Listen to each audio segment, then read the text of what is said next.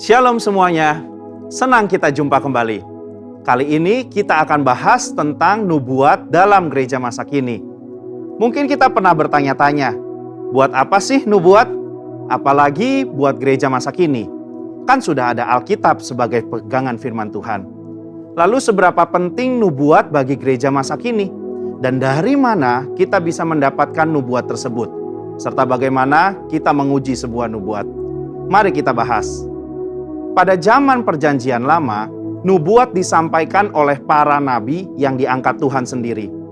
Bentuknya berupa pesan, arahan, maupun peringatan Allah atas umat sehingga mereka bertobat dan hidup dalam kehendak-Nya. Mendengar dan melakukan yang disampaikan para nabi sama artinya dengan melakukan perkataan Allah. Oleh karena itu, pesan ini punya otoritas yang bisa dicatat dalam kitab para nabi sebagai firman Tuhan dalam Alkitab. Dalam Perjanjian Baru, ada juga orang-orang yang punya jabatan nabi seperti Yudas dan Silas dalam Kisah 15 ayat 32, Agabus dalam Kisah 21 ayat 10, dan beberapa lainnya. Tapi, bobot pesan yang disampaikan oleh nabi Perjanjian Baru berbeda dengan nabi Perjanjian Lama. Pada zaman Perjanjian Baru, Tuhan justru memilih dan mengutus para rasul sebagai media untuk menyampaikan pesan dan perkataannya. Pesan ini mendapat otoritas yang sama seperti nabi-nabi dalam Perjanjian Lama, sehingga apa yang mereka sampaikan punya nilai dan bobot kanon yang bisa dimasukkan sebagai firman Tuhan dalam Alkitab. Pada zaman ini, Allah memberikan jabatan dan karunia untuk bernubuat kepada umat pilihan-Nya, sehingga kita tetap bisa mendengar dan mendapatkan nubuat. 1 Korintus 12 ayat 27-28 menjelaskan bahwa kita adalah tubuh Kristus dan masing-masing anggotanya mendapatkan karunia khusus dari Tuhan, baik sebagai rasul, nabi, pengajar, dan seterusnya. Biasanya orang dengan jabatan nabi dan karunia bernubuat akan punya kemampuan untuk menangkap dan menyampaikan pesan berupa arahan, peringatan, maupun hal-hal khusus dari Tuhan, dan sifatnya pernyataan spontan. Kata pernyataan dalam 1 Korintus 14 ayat 37 berasal dari kata apokalipto, yang berarti penyingkapan. Berkenaan dengan hal tersebut, ada 5 poin penting yang harus diperhatikan. Pertama, pernyataan datang secara spontan, bukan sesuatu yang dibuat-buat karena ada pemikiran atau persiapan sebelumnya. 2, pernyataan datang secara pribadi kepada seseorang, bukan sesuatu yang timbul karena adanya situasi atau fenomena yang diketahui semua orang. 3, pernyataan datang dari Tuhan melalui Roh Kudus, bukan dari pikiran maupun kehendak pribadi. 4, pernyataan memberikan pengertian terhadap cara Tuhan memandang. Dan 5, pernyataan dapat dikenali sebagai sebuah pesan Tuhan oleh para nabi. Akan tetapi, karunia bernubuat yang dimiliki oleh nabi dalam Perjanjian Baru dan gereja zaman ini berbeda dengan nabi zaman Perjanjian Lama, karena mereka tidak memiliki otoritas yang setara dengan para rasul. Hal ini terlihat ketika dengan tegas Paulus berkata bahwa para nabi harus tunduk kepada dia sebagai rasul yang memiliki otoritas menyampaikan perkataan Tuhan. Dalam konteks zaman sekarang, kita memiliki Alkitab yang sudah lengkap Perjanjian Lama dan Perjanjian Baru. Oleh karena itu, nubuatan dari para nabi zaman ini harus tunduk pada otoritas Alkitab. Itulah sebabnya kita harus menguji setiap nubuat. Paulus secara khusus mengingatkan jemaat di Tesalonika untuk menguji isi nubuatan para nabi, meskipun ia sudah dikenal oleh jemaat. 1 Tesalonika 5 ayat 19-21 berkata, "Janganlah padamkan roh, dan janganlah anggap rendah nubuat-nubuat. Ujilah segala sesuatu dan peganglah yang baik." Kata menguji memiliki arti menanggapi, memilah, membedakan, atau menilai. Di satu sisi, kita sebagai insan Pentakosta tidak boleh acuh dan cuek terhadap nubuat. Namun di sisi lain, kita juga harus bisa memilah, membedakan, dan menilai segala sesuatu. Standar yang kita gunakan untuk menguji dan menilai adalah firman Tuhan dalam Alkitab. Mengenai konsekuensi dalam bernubuat, Nabi dalam Perjanjian Lama memiliki otoritas yang sangat tinggi sebagai penyampai pesan Tuhan, dan segala perkataannya dianggap sebagai perkataan Allah. Jika seseorang tidak mendengar dan mentaati nubuatan seorang nabi, itu artinya sama dengan melawan perkataan Tuhan sendiri.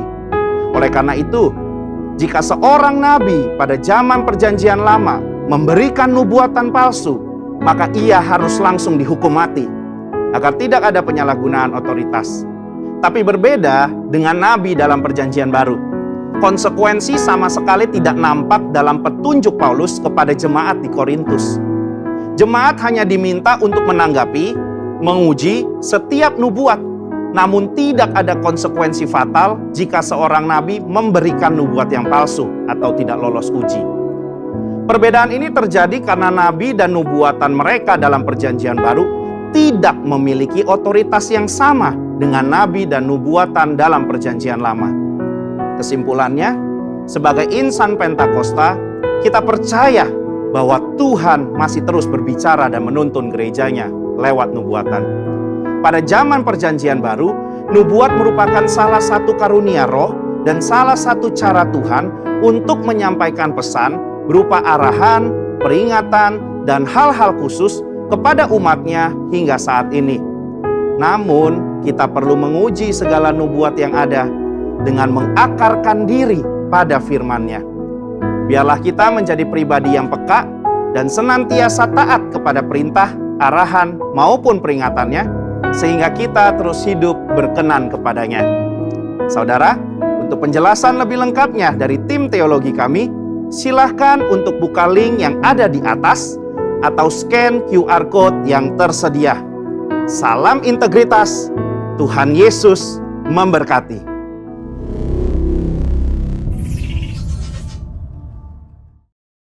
Puji Tuhan, Shalom. Bapak Ibu Saudara yang kasih Tuhan, mari kita deklarasikan Mazmur 91 ayat 1-16. Dalam lindungan Allah, orang yang duduk dalam lindungan yang maha tinggi dan bermalam dalam naungan yang maha kuasa akan berkata kepada Tuhan, tempat perlindunganku dan kubu pertahananku, Allahku yang kupercayai. Sungguh, Dia yang akan melepaskan engkau dari jerat penangkap burung, dari penyakit sampar yang busuk. Dengan kepaknya Ia akan melindungi engkau, di bawah sayapnya engkau akan berlindung. Kesetiaannya ialah perisai dan pagar tembok. Engkau tak usah takut terhadap kedahsyatan malam, terhadap panah yang terbang di waktu siang, terhadap penyakit sampar yang berjalan di dalam gelap, terhadap penyakit menular yang mengamuk di waktu petang. Walau 1.000 orang rebah di sisimu, dan 10.000 di sebelah kananmu, tetapi itu tidak akan menimpamu. Engkau hanya menontonnya dengan matamu sendiri dan melihat pembalasan terhadap orang-orang fasik. Sebab Tuhan ialah tempat perlindunganmu, yang maha tinggi telah kau buat tempat perteduhanmu. Malapetaka tidak akan menimpa kamu, dan tulah tidak akan mendekat pada kemahmu. Sebab malaikat-malaikatnya akan diperintahkannya kepadamu, untuk menjaga engkau di segala jalanmu. Mereka akan menentang engkau di atas tangannya, supaya kakimu jangan terantuk pada batu. Singa dan ular tedung akan kau langkahi. Engkau akan menginjak anak singa dan ular naga. Sungguh hatinya melekat kepadaku, maka aku akan meluputkannya. Aku akan membentenginya, sebab ia mengenal namaku. Bila ia berseru kepadaku, aku akan menjawab. Aku akan menyertai dia dalam kesesakan. Aku akan meluputkannya dan memuliakannya. Dengan panjang umur akan kukenyangkan dia, dan akan kuperlihatkan kepadanya keselamatan daripadaku. Amin. Mari saudara, kita akan bersatu dalam doa. Terima kasih Roh Kudus, terima kasih Tuhan. Makasih buat pagi yang indah ini Tuhan. Sebentar kami akan mulai ibadah kami Tuhan di pagi hari ini. Tuhan memberkati setiap kami Tuhan. Datanglah kerajaan-Mu di tempat kami Tuhan. Biar kasih-Mu boleh kami rasakan Tuhan. Terima kasih Bapa. Terima kasih Bapa. Di dalam nama Yesus kami siap beribadah kepadamu Tuhan. Sama-sama yang percaya diberkati Tuhan. Katakan amin.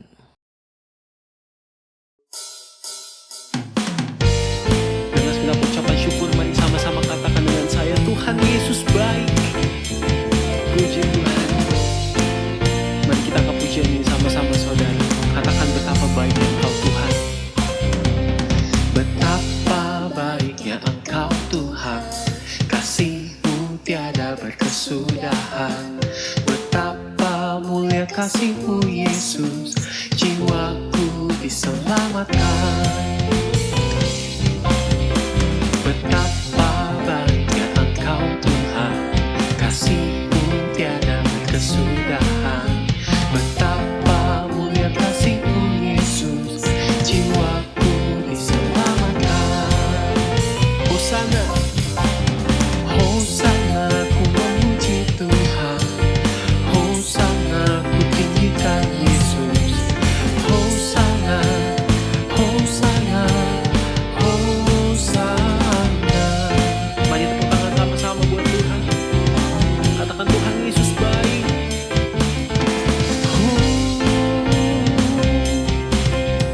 Mari kita angkat pujian dari awal. Katakan, betapa bahagia Engkau Tuhan, kasih-Mu tiada berkesudahan. Betapa mulia kasih-Mu Yesus, jiwaku diselamatkan. Katakan Hosana, Hosana, ku memuji Tuhan. Hosana, ku tinggikan Yesus.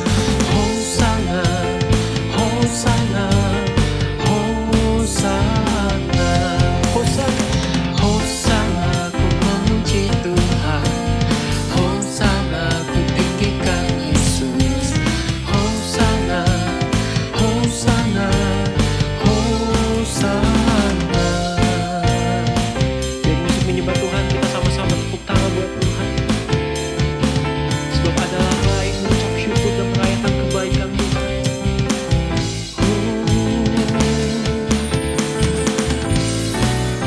Mari kita sama-sama tepuk tangan saudara. Puji Tuhan.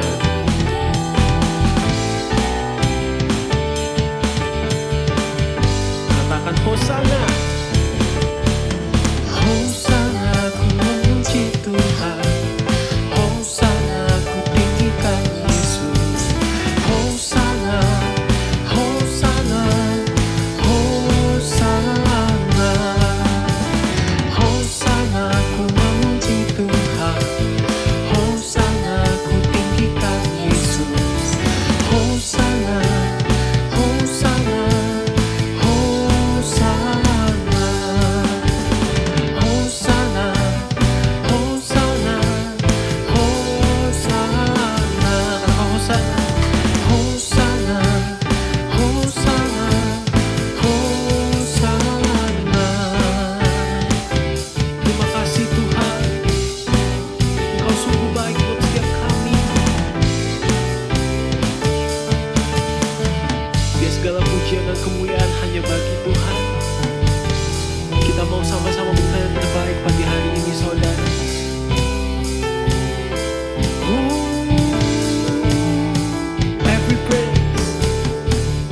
Every praise is to our God. Every word of worship with one accord. Every praise is to our God. Sing hallelujah is to our God. Glory hallelujah is to our God. Every praise is to our God. God my Savior, God my Savior, God my healer.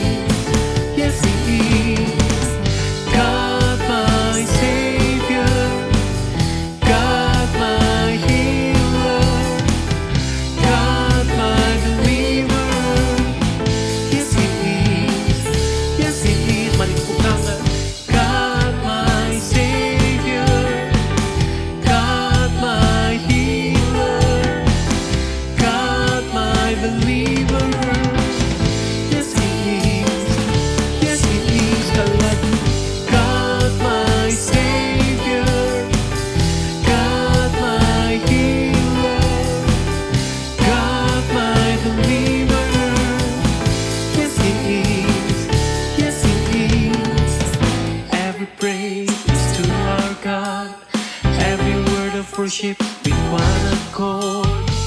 Every praise is to our God. Sing hallelujah. Sing hallelujah is to our God. Glory hallelujah is to our God.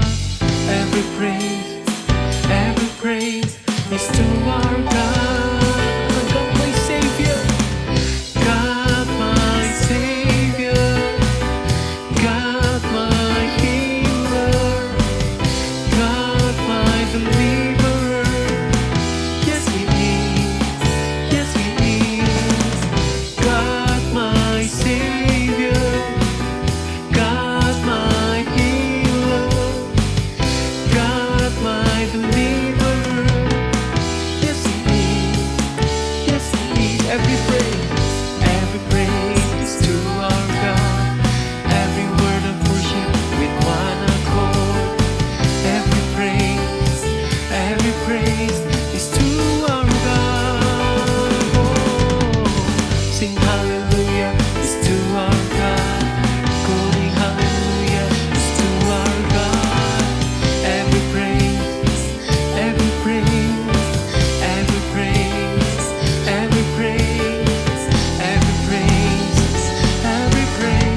is to our God. Berikan tepuk tangan. Shout hallelujah. Katakan Tuhan Yesus baik. Haleluya.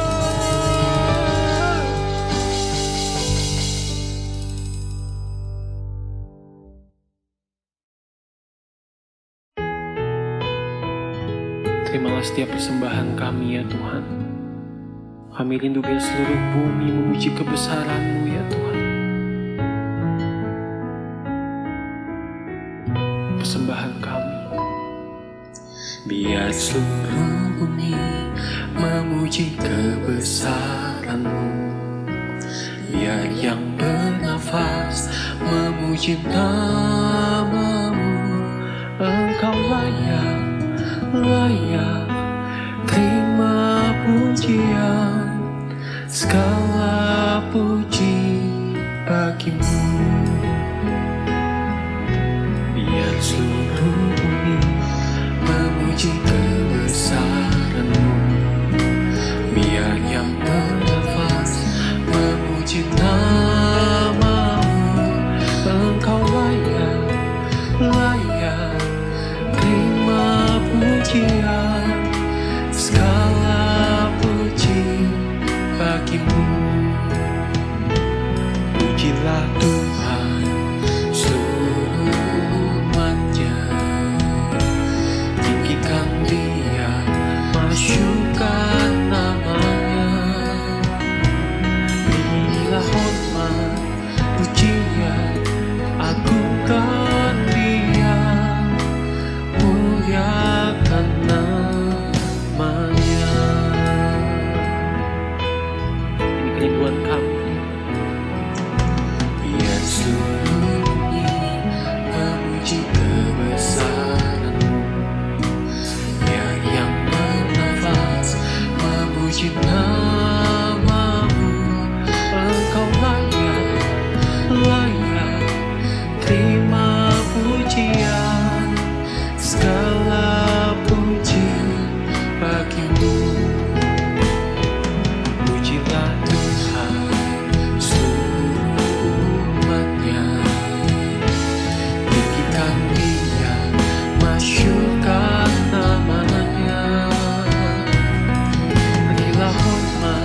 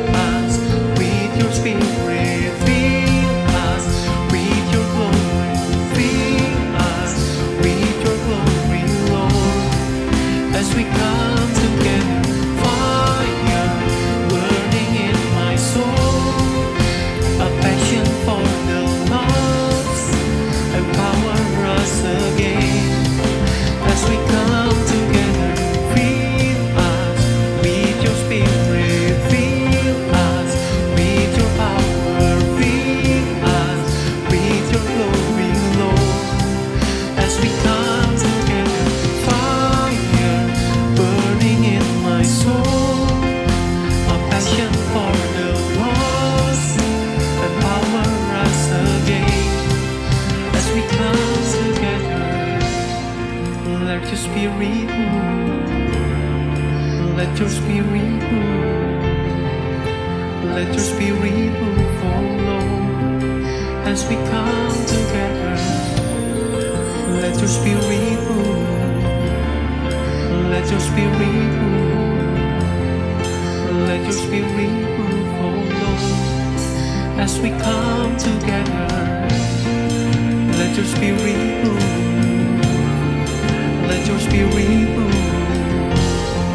Let your spirit move, oh Lord, as we come together. Let your spirit move. Let your spirit move. Let your spirit move, oh Lord, as we come together. Fill us with your spirit. Fill us with your power. Fill us with your glory, Lord, as we come together. Fire burning in my soul, a passion for the lost, empower us again as we come together. Fill us with your spirit. Fill us with your power. Fill us with your glory, Lord, as we come together. Fire burning in my soul, a passion for the lost, empower us again as we come together. Haleluya, di setiap kami Tuhan, bagi kami. Haleluya, Yesus.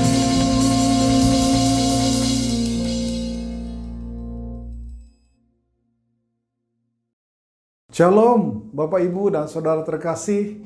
Kita bertemu dan berjumpa kembali pada bulan Desember ini dalam kebaktian secara online, di mana kita ada dalam bulan terakhir tahun 2021 ini. Tidak terasa kita sudah di penghujung tahun 2021 pada bulan Desember ini. Minggu depan, saudaraku, kita akan mengadakan perayaan Natal bersama secara onsite dan terbatas sesuai dengan prokes. Mungkin hampir 2 tahun kita tidak bisa bertemu satu dengan yang lain di antara jemaat dan juga pengerja dan saudara seiman. Haleluya. Bapak Ibu, mari kita bersama-sama berdoa sebelum kita mendengar pesan firman Tuhan. Bapa di surga, terima kasih pada saat ini kami berada di dalam ibadah kami. Biarlah Tuhan sendiri menyertai, memimpin dan mengurapi kami, baik yang ada di rumah-rumah dan hamba-Mu sendiri, untuk menyampaikan pesan ini kepada setiap mereka. Terpuji nama Yesus Kristus selama-lamanya, kami berdoa. Haleluya. Amin. Puji Tuhan. Bapak Ibu, kita mengerti bahwa dampak sebuah perubahan iklim menjadi ancaman nyata bagi keberlangsungnya kehidupan manusia. Mulai dari suhu yang ekstrim, badai yang lebih kuat, banjir yang semakin intensif, dan musim kebakaran yang lebih lama dan lebih parah. Dari Life Science dilansir bahwa para ilmuwan telah memperingatkan bahwa perubahan iklim yang diabaikan akan menghasilkan penderitaan yang tak terhitung bagi umat manusia. Bahkan para ilmuwan juga memprediksi berbagai skenario yang menghancurkan jika perubahan iklim tidak dikendalikan, termasuk mempertimbangkan dampak langsung terhadap populasi manusia. Namun penelitian juga mengatakan adanya kemungkinan bahwa perubahan iklim masih akan mengancam kehidupan ratusan juta orang, seperti menyebabkan kelangkaan makanan dan air yang berpotensi memicu keruntuhan masyarakat dan memicu konflik secara global. National Geographic juga menuliskan anak-anak zaman sekarang tampaknya akan menghadapi hidup yang lebih sulit karena kondisi bumi yang semakin rusak. Menurut sebuah studi terbaru, anak-anak yang lahir hari ini akan menghadapi peningkatan yang tidak proporsional dalam banjir, gelombang panas, kekeringan, kebakaran hutan, dan gagal panen akibat perubahan iklim. Sebuah analisis baru yang diterbitkan pada akhir September 2021 di jurnal Science menunjukkan bahwa kebijakan iklim saat ini bayi yang baru lahir di seluruh dunia rata-rata akan menghadapi 7 kali lebih banyak gelombang panas selama hidup mereka daripada kakek nenek mereka. Selain itu, mereka rata-rata akan mengalami kekeringan 2,6 kali lebih banyak, banjir sungai 2,8 kali lipat, gagal panen hampir 3 kali lipat, kebakaran hutan 2 kali lipat jumlahnya dari orang yang lahir 60 tahun yang lalu.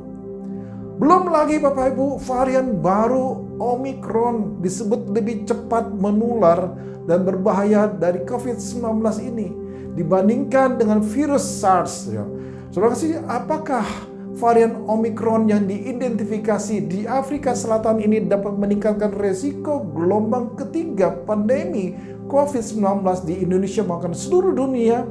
Menjawab seorang epidemiologi berkata bahwa kemungkinan gelombang 3 pandemi COVID-19 itu memang bisa terjadi karena masih banyak sekali negara yang saat ini masuk dalam kawasan rawan dengan potensi penularan virus Omicron yang bisa mencapai 500% tersebut. Bahkan Organisasi Kesehatan Dunia WHO telah mengklasifikasikan varian COVID Omicron ini ke dalam kategori variant of concern. Bapak Ibu, dari apa yang sedang terjadi dan dialami di seluruh belahan dunia, dimanapun kita berada, pasti akan mengalami dampak yang terjadi. Peristiwa-peristiwa yang ke depan ini dirasakan oleh setiap manusia di muka bumi ini, termasuk saudara dan saya yang ada di Indonesia ini. Karena itu saudara, kita tidak dapat melarikan diri dari kesusahan, kesulitan, dari apa yang mungkin terjadi. Maka saudara dan saya harus menghadapinya, menyelesaikannya, dan tetap tegar dalam iman kepada Tuhan. Yang percaya katakan amin. Tetapi bagaimana caranya?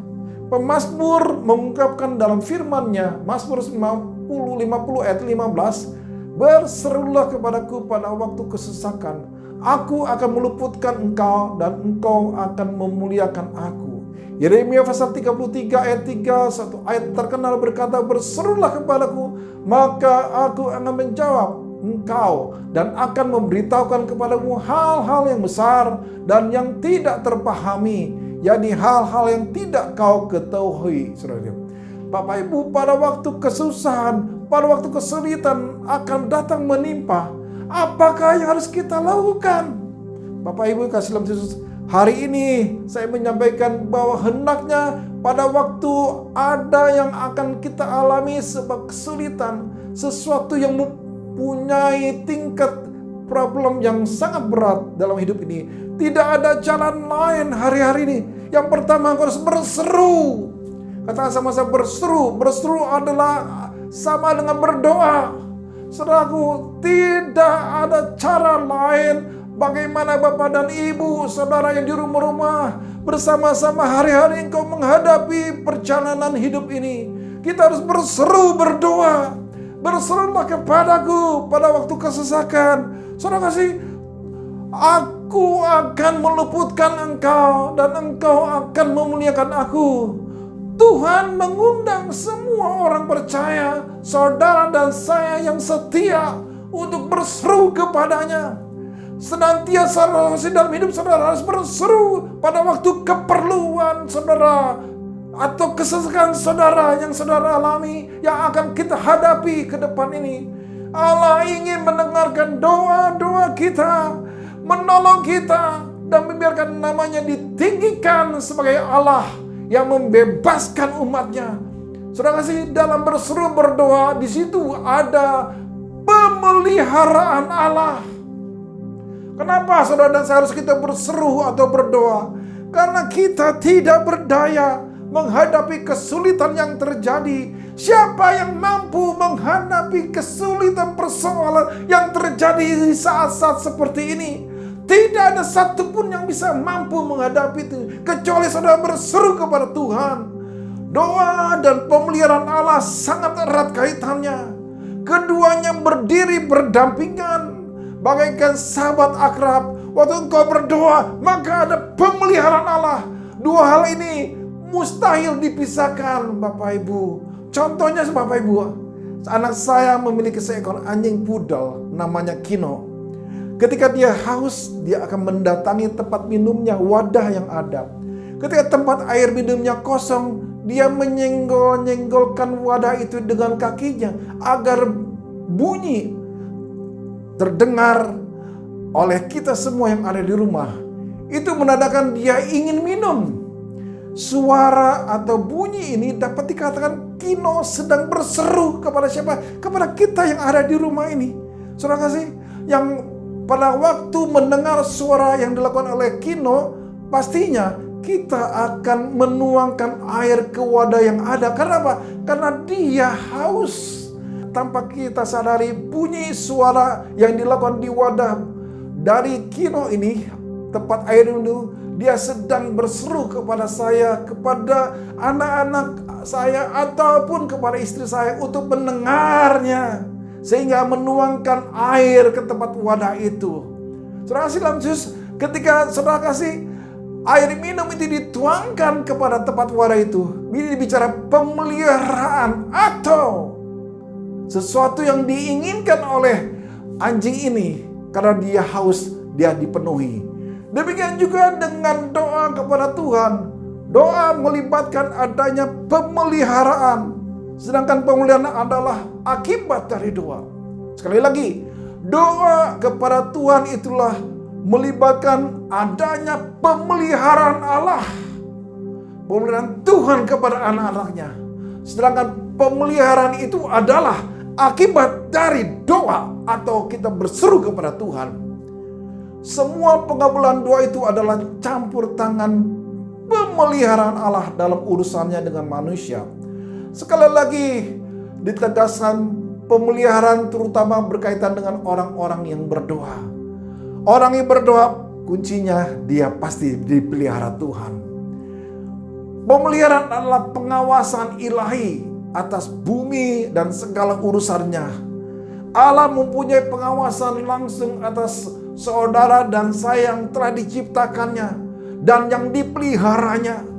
Allah ada di mana-mana, memperhatikan, mengawasi, menjaga, memerintah segala sesuatu untuk kepentingan manusia dan memajukan rencana-rencananya serta melaksanakan maksud-maksudnya dalam ciptaan dan penebusannya.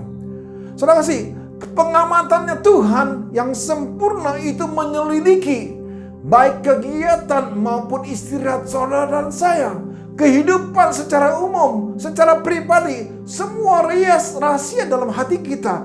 Tuhan mengamatinya dan Tuhan melakukan itu atas setiap saudara dan saya, manusia ciptaannya. Yesus Kristus menyelesaikan hal itu ketika dia berkata, Matius pasal 10 ayat 29-31, bukankah burung pipit dijual 2 ekor seduit, namun seekor pun daripadanya tidak akan jatuh ke bumi di luar kehendak Bapamu.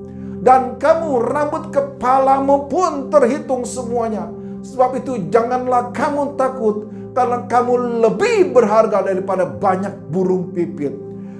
Pemeliharaan Allah itu yang menjangkau bahkan sampai pada rincian yang terkecil dari dunia ini, merupakan pencegah tambahan terhadap ketakutan.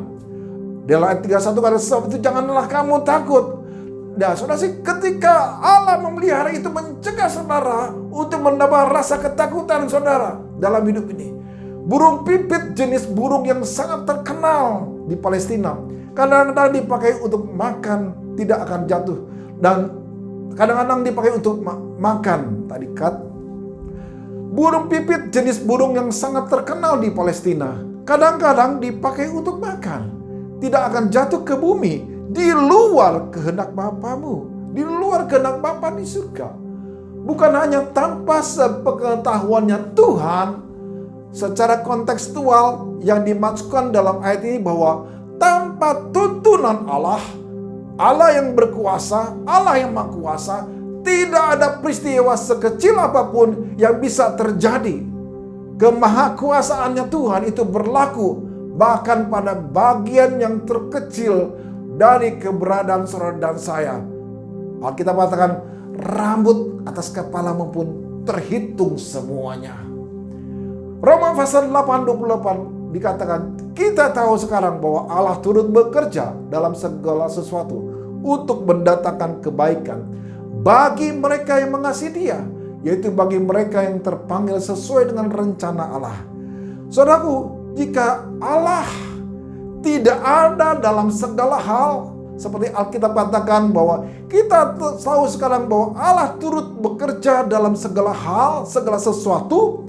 Kalau Allah tidak ada dalam segala sesuatu, maka apakah hal-hal yang harus kita harapkan dari segala sesuatu saudara dan saya yang turut bekerja untuk mendatangkan kebaikan bagi mereka yang mengasihi Dia? Dan jika Allah tidak ada dalam segala hal ini, dalam pemeliharaannya kepada saudara saya, apakah yang masih tersisa untuk doa kita? Tetapi ingat, pemeliharaan Allah berlaku atas seluruh umat manusia. Namun pengawasannya dan pengaturan dari pemerintahannya tertuju kepada siapa? Kepentingan umatnya. Ketika saudara dan saya berdoa, kita sedang memberlakukan pemeliharaan Allah. Dan kita berseru, Tuhan memberlakukan Dia memelihara anak-anaknya. Doa menggerakkan Allah untuk mengawasi, mengatur peristiwa-peristiwa di bumi untuk kebaikan manusia. Berseru, berdoa, membuka jalan pada saat jalan itu tertutup atau terhambat. Pemeliharaan berurusan terutama dengan berkat-berkat jasmani yang berurusan dengan sandang pangan, dengan kesulitan bisnis, dengan ikut campur dan meluputkan dari bahaya, dan dengan pertolongan dalam keadaan darurat pada waktu yang tepat dan kritis.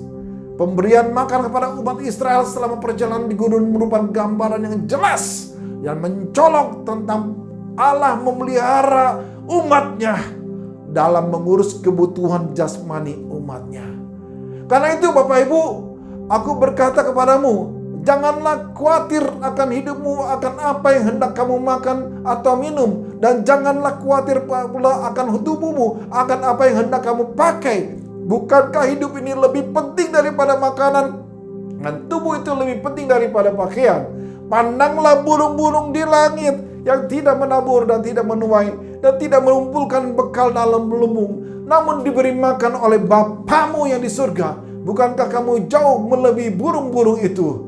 Bapak Ibu, pemeliharaan Allah itulah yang memberi makan unggas di udara, menghiasi bunga bakung di ladang. Kemudian dia bertanya, bila Allah melakukan semua hal ini untuk burung-burung dan bunga-bunga, tidakkah Dia juga akan memelihara anak-anaknya, saudara dan saya? Allah ada di dalam sebagian besar peristiwa kehidupan saudara dan saya. Peristiwa kehidupan yang sangat menyengsarakan, yang sangat menyedihkan. Semua peristiwa sepanjang itu merupakan bahan di mana saudara dan saya untuk berseru kepada Tuhan. Sebab itu betapa luas daya jangkau engkau berdoa, engkau berseru pada Tuhan. Jauh wilayah yang dapat dicapai.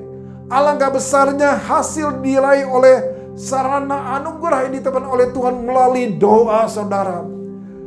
Saudaraku, dalam Tuhan Yesus, doa adalah kuasa ajaib yang ditempatkan Allah ke dalam tangan orang-orang kudusnya. Doa adalah dapat digunakan untuk mencapai tujuan-tujuan besar, melalui hasil-hasil yang luar biasa. Doa itu akan menjangkau segala sesuatu dengan mengambil semua hal yang besar maupun kecil yang dijanjikan Allah untuk manusia. Saudaraku, daya jangkau engkau berseru berdoa adalah jangkauan iman saudara. Doa dan iman adalah kembar siam, sebuah jantung menghidupi keduanya. Iman selalu berdoa, doa selalu beriman. Iman harus mempunyai lidah untuk berbicara dalam doa saudara, dalam berseru kepada Tuhan. Yang kedua, kita harus mengaku dosa, percaya atas pengampunan Tuhan. 1 Yohanes pasal 1 ayat 9 berkata, jika kita mengaku dosa kita, maka Ia adalah setia dan adil, sehingga Ia akan mengampuni segala dosa kita dan menyucikan kita dari segala kejahatan. Seorang yang hidup dalam terang dan bukan tampak dari pengakuannya, tetapi bagaimana ia hidup dalam kebenaran firman Tuhan. Seandainya pun ia rajin beribadah setiap minggu, rajin melayani, rajin mengadakan ibadah keluarga, belum dapat dipastikan bahwa ia hidup dalam terang. Saudara kasih dalam Tuhan Yesus, mungkin ia hanya melakukan semua itu secara rutin, namun orang yang sungguh-sungguh hidup benar di hadapan Tuhan sudah dipastikan bahwa ia hidup di dalam terang. Seorang yang hidup dalam terang, hidupnya telah disucikan oleh darah Yesus Kristus.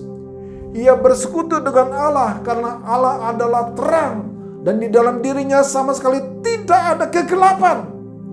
Ia hidup dalam terang bukan karena kebaikan dan kemampuan sendiri untuk hidup suci.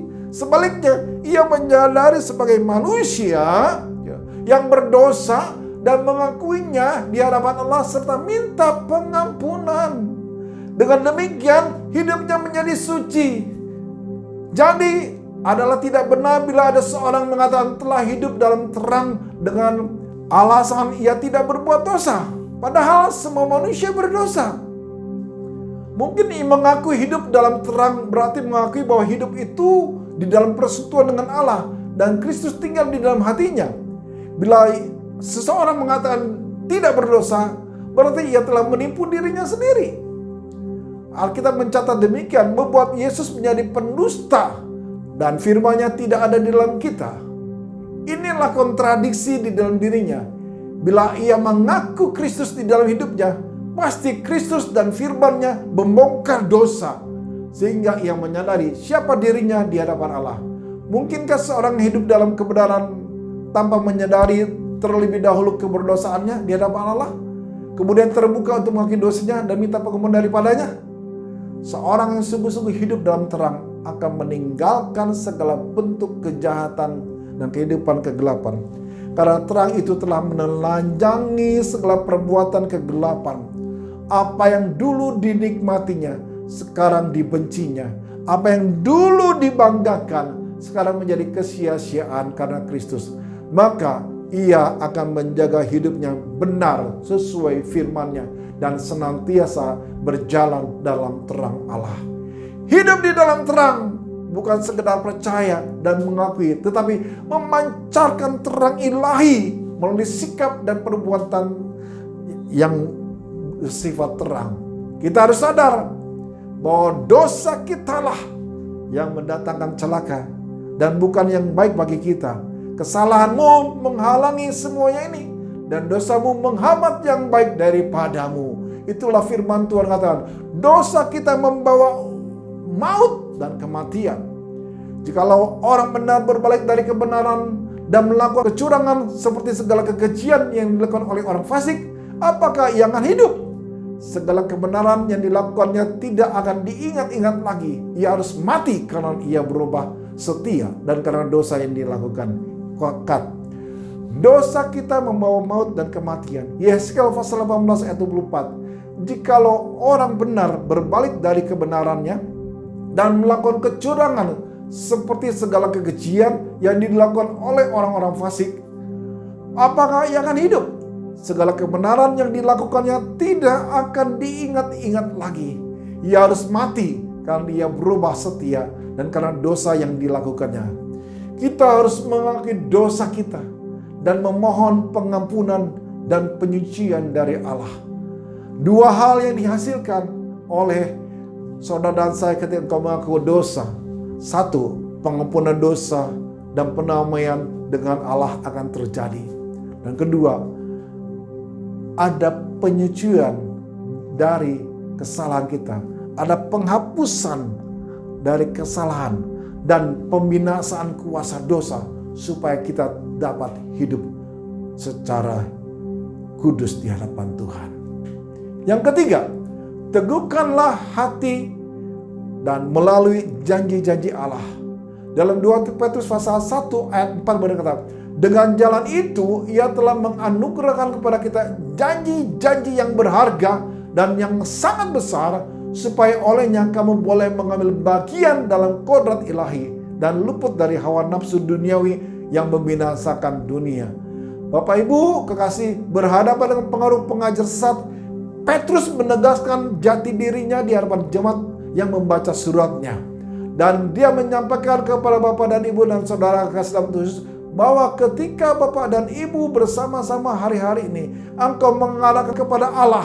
Sekali lagi, saudara juga ketika Allah menganugerahkan janji-janjinya yang memampukan orang percaya hidup berkenan pada Allah, maka janji-janji yang memberikan kuasa kepada manusia untuk menjauhkan diri dari dosa yang dapat menghancurkan hidup manusia.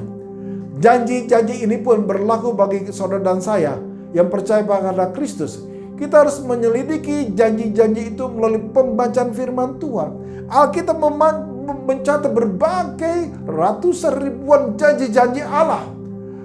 Gunakan janji-janji itu untuk menghadapi pencobaan serta untuk berbuat benar. Maka semakin hari saudara dan saya akan makin serupa dengan Kristus. Hati kita akan teguh dan tegar jika saudara dan saya hidup dengan semangat yang tinggi dan janji-janji Allah yang diberikan kepada kita melalui pesan firman Tuhan. Amsal pasal 18 ayat 14 berkata, orang yang bersemangat dapat menanggung penderitaannya, tapi siapa akan memulihkan semangat yang patah? Kita tidak dapat menangani masalah kita kalau kita hidup dengan semangat yang patah. Ayub pasal 17 ayat 1 berkata, semangatku patah, umurku telah habis, dan bagiku tersedia kuburan. Sebagai orang sudah hancur hati, Ayub percaya bahwa sebentar lagi ia akan mati. Ia memandang dirinya sebagai orang yang ditinggalkan Allah dan menjadi sasaran cemoohan rekan-rekannya. Ayub tidak berbuat apa-apa selain tabah dalam keyakinannya bahwa ia benar. Dia mempertahankan keyakinannya akan keadilan Allah, sekalipun semua situasi kelihatannya bertentangan, saudaraku. Tetapi Ayub mengerti janji-janji Allah. Dia tetap teguh kepada Tuhan. Hanya Tuhanlah yang dapat memperbaharui semangat saudara dan saya. Hanya Tuhanlah yang dapat memberikan kepada saudara kekuatan dalam hidup saudara.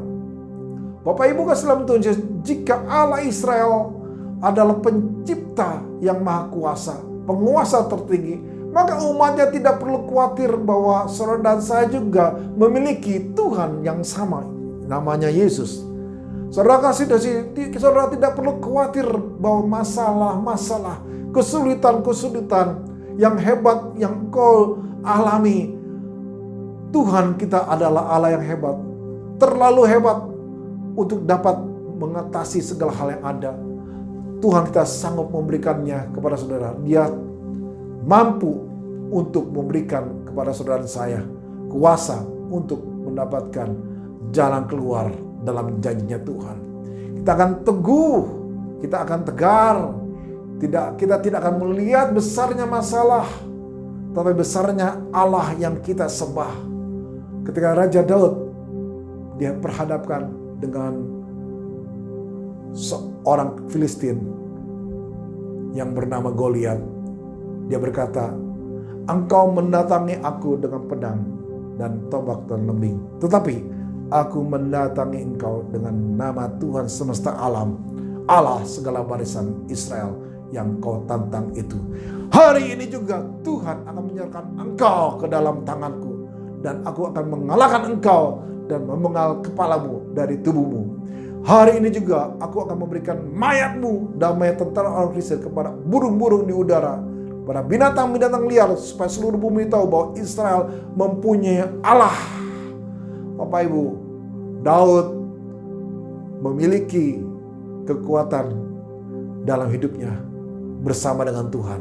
Daud sungguh melakukan sebuah tindakan yang sangat luar biasa berani menghadapi Goliat. Karena apa?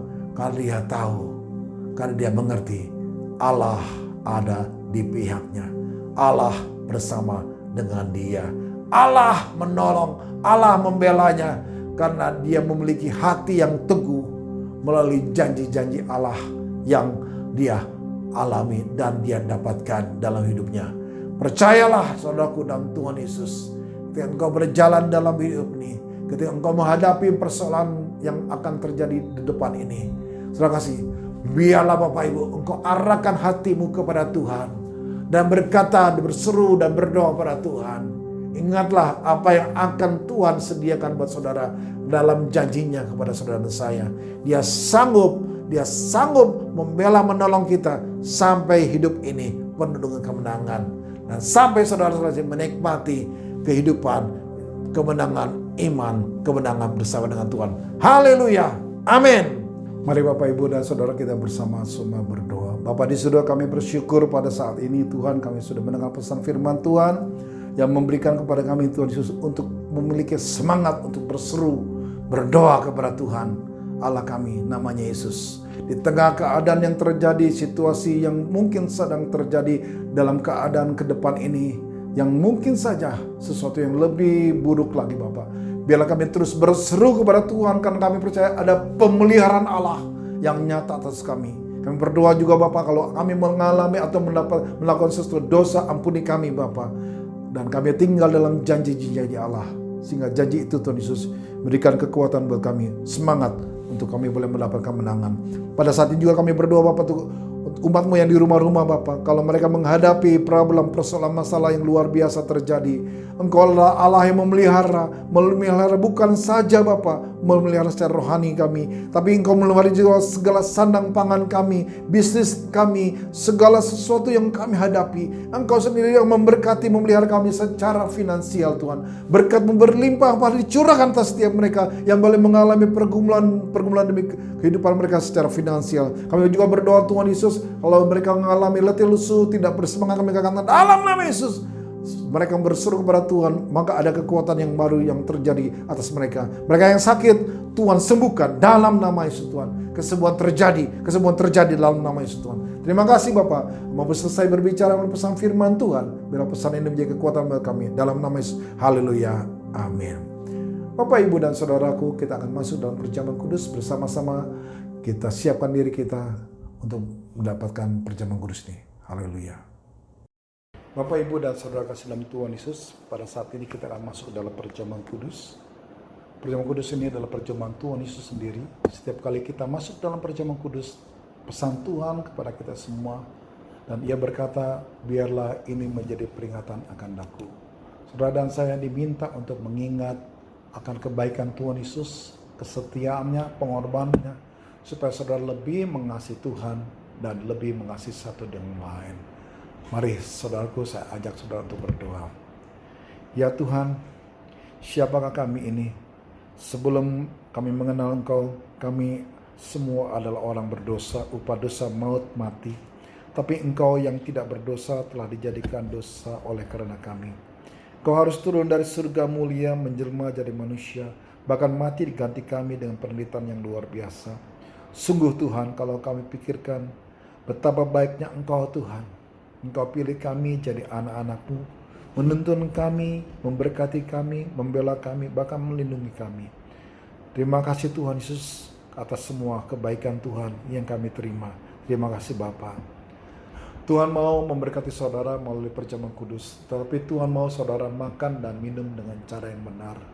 Masing-masing sekarang berdoa, lihat keadaan saudara, uji keadaan saudara, introspeksi, jangan simpan dosa, dan akui di hadapan Tuhan supaya saudara diberkati Tuhan. Bersama-sama kita berdoa di hadapan Tuhan. Ya Tuhan, lihatlah kami anak-anak-Mu Tuhan Yesus yang sedang berdoa. Ampunilah kami Tuhan. Kami sering salah dalam banyak hal.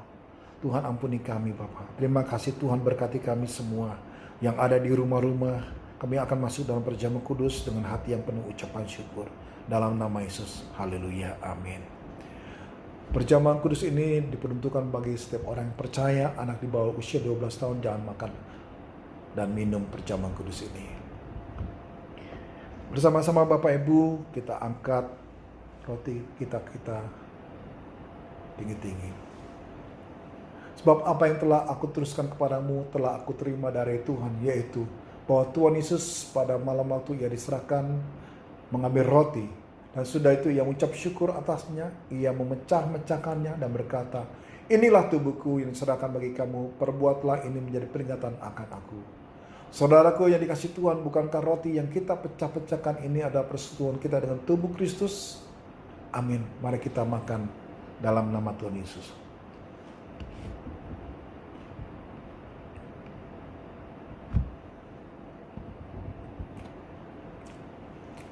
Mari kita angkat cawan di tangan kanan kita tinggi-tinggi. Demikianlah juga ia mengambil cawan sesudah makan lalu berkata, cawan ini adalah perjanjian baru yang dimeteraikan oleh darahku. Perbuatlah setiap kali kamu minumnya menjadi peringatan akan aku. Saudaraku yang dikasih Tuhan, bukankah cawan pengucapan syukur yang atasnya kita ucapan syukur pada persekutuan darah Kristus? Amin. Mari kita minum dalam nama Tuhan Yesus.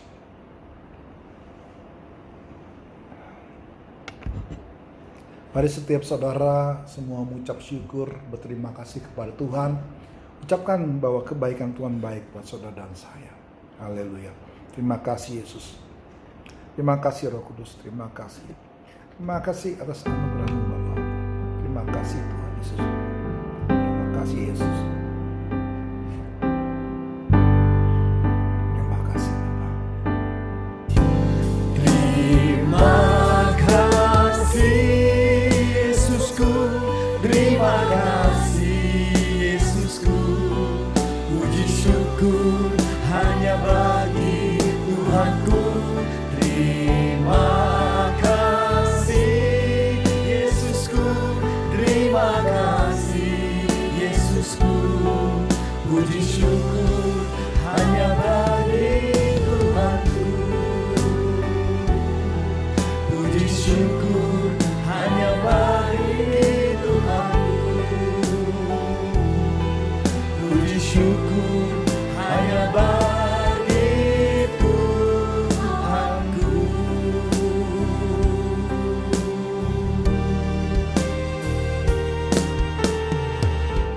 Terima kasih Bapa di surga atas semua anugerah dan kebaikan Tuhan. Kami berterima kasih dan mengucap syukur bahwa kami boleh ada sebagaimana kami ada hari ini karena anugerah Tuhan.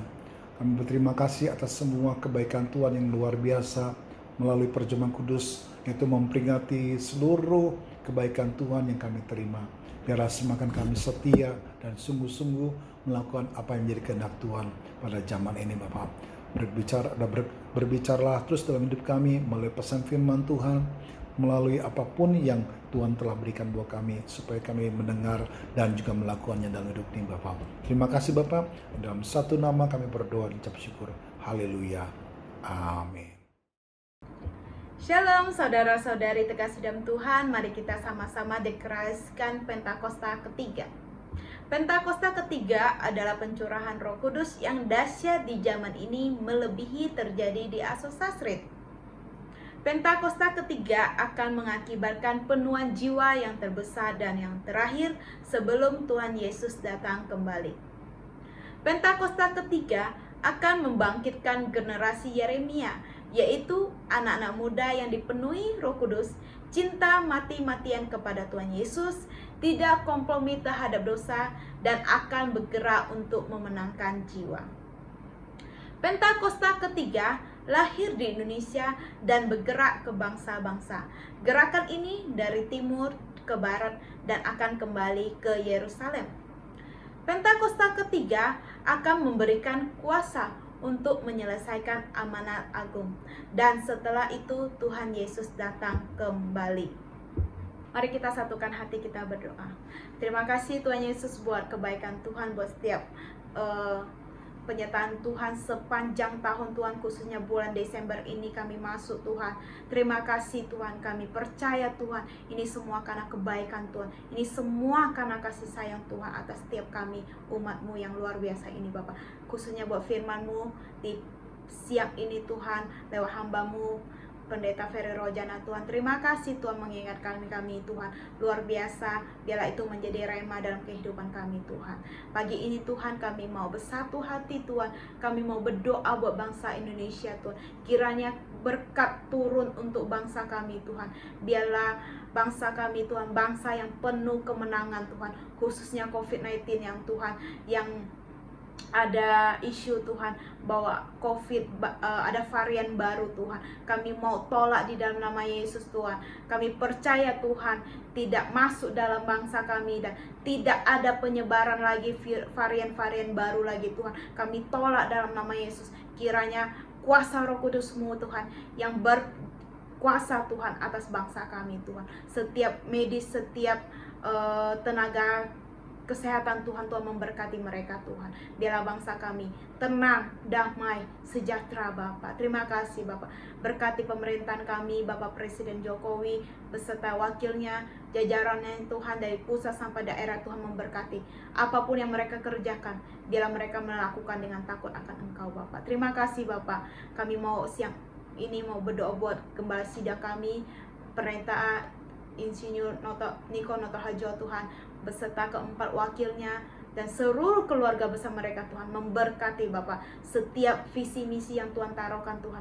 Biarlah mereka boleh melakukannya Tuhan sesuai dengan kehendak Tuhan dan boleh memenangkan jiwa. Dan kemuliaan Tuhan terjadi atas setiap apa hamba-Mu kerjakan Bapak. Dan kesehatan sempurna Tuhan memberikan Bapak. Terima kasih Bapak. Kami juga memberkati Pendeta Beni Gunawan sebagai rayon 1E Bapak. Tuhan memberkati apapun yang dia kerjakan, dimanapun hamba-Mu melayani Tuhan.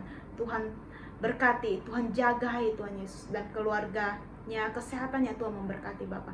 Khususnya buat gembala kami Tuhan, Pendeta Ferry Rojana Tuhan, dan beserta dengan wakilnya Pendeta Handilim, Pendeta Tri Agus, dan seisi keluarga besar mereka Tuhan. Tuhan memberkati Tuhan. Biar mereka bersatu hati, mereka berunity, mereka bergandengan tangan Tuhan untuk melayani Engkau Tuhan. Gereja Tuhan yang Tuhan percayakan di GBI Season City dan di Taman Anggrek Bapak. Biarlah mereka Tuhan, kerinduan mereka Tuhan buat pengerja-Mu, buat jemaat-Mu Tuhan. Tuhan memberkati Bapak. Tuhan yang menjawab setiap kerinduan hamba-hamba-Mu Bapak. Terima kasih Bapak. Berkati kesehatan hamba-hamba-Mu Tuhan. Biar mereka kuat berdiri untuk melayani Engkau Tuhan Yesus. Terima kasih Bapak. Kami tak lupa Tuhan berdoa buat tanggal 12 Desember ini Tuhan. Yang apa yang kami rencanakan Natal bersama Tuhan onsite Tuhan Yesus. Biarlah kehendak-Mu jadi Tuhan. Biarlah apapun yang kami perlukan dari segi dana, segi daya Tuhan, dan semuanya Tuhan kami serahkan ke dalam tangan-Mu Tuhan. Biarlah kemuliaan Tuhan turun. Biarlah semuanya berjalan dengan baik dan tidak ada hal-hal yang tidak menyenangkan Tuhan saat acara Natal berlangsung Bapak. Dan Tuhan memberikan cuaca yang terbaik, tidak ada virus atau apapun yang Tuhan di saat acara berlangsung Bapak. Terima kasih Tuhan, berkati Ko Riki, Ko Kevin sebagai ketua yang Tuhan percayakan, biarlah mereka melakukan sungguh-sungguh di hadapan Engkau Bapak. Terima kasih Bapak, kami serahkan doa kami siang ini Tuhan. Biarlah Tuhan yang menjawab, Tuhan yang sempurnakan Bapak, hanya di dalam nama Tuhan Yesus. Haleluya, amin. Kekasih Yesus, arahkan hati dan pikiran saudara, angkat kedua belah tangan kita bersama-sama, kita terima berkat dari Bapa di surga. Bapak, Ibu, dan saudaraku, terimalah berkat yang datang dari Allah Bapa di surga, di dalam anak yang tunggal Yesus Kristus. Persekutuan, penghiburan, pertolongan, pembelaan, bahkan kuasa dari Roh Kudus menyertai kita semua dari hari ini sampai kedatangan Yesus kedua kali, dan bahkan sampai selama-lamanya. Yang percaya diberkati Tuhan bersama-sama kita katakan amin.